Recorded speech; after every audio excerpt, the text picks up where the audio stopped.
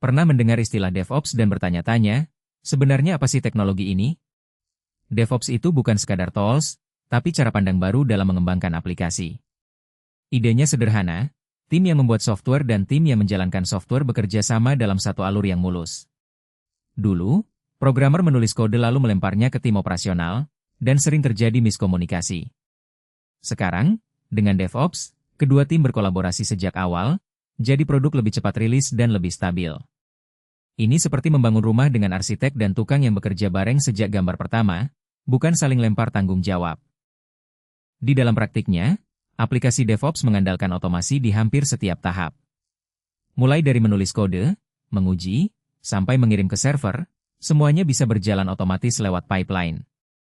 Konsep ini disebut CI/CD, singkatan dari Continuous Integration dan Continuous Delivery. Artinya, setiap perubahan kecil pada kode langsung diuji otomatis, dan jika lolos, langsung siap dikirim ke pengguna. Bayangkan jika setiap perbaikan aplikasi bisa dirilis dalam hitungan menit, bukan menunggu jadwal bulanan. Inilah yang membuat perusahaan teknologi bisa bergerak sangat cepat, dan industri lain mulai meniru cara kerja ini. Bagian yang sering dilupakan pemula adalah data dan monitoring. DevOps mendorong tim untuk memantau aplikasi mereka secara terus-menerus, bukan hanya saat ada masalah. Tools monitoring mengumpulkan data tentang performa server, error, hingga perilaku pengguna dalam satu dashboard. Dengan data ini, tim bisa menemukan masalah lebih awal, bahkan sebelum pengguna menyadarinya. Ada istilah observability, yaitu kemampuan untuk memahami kondisi sistem dari data yang keluar. Semakin baik observability, semakin percaya diri tim melakukan perubahan, karena setiap dampak bisa langsung terlihat di layar. DevOps juga tidak bisa dipisahkan dari komputer cloud. Server virtual di cloud memungkinkan tim membuat lingkungan uji coba dalam hitungan detik, menguji kode, lalu menghapusnya tanpa membuang biaya.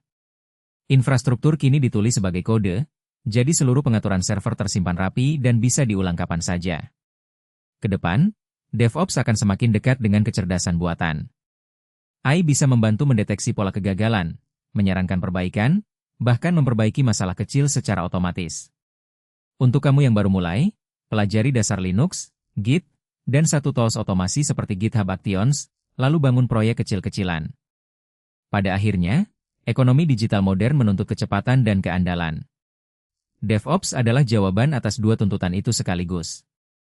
Perusahaan kecil pun sekarang bisa bersaing dengan raksasa teknologi, karena tools DevOps banyak yang gratis dan terbuka. Yang membedakan hanyalah kemauan untuk belajar dan beradaptasi. Mulailah dari langkah kecil, otomasi satu proses sederhana, dan rasakan perbedaannya. Terima kasih sudah menonton sampai akhir. Jangan lupa like dan subscribe agar tidak ketinggalan video teknologi berikutnya, dan sampai jumpa di video selanjutnya.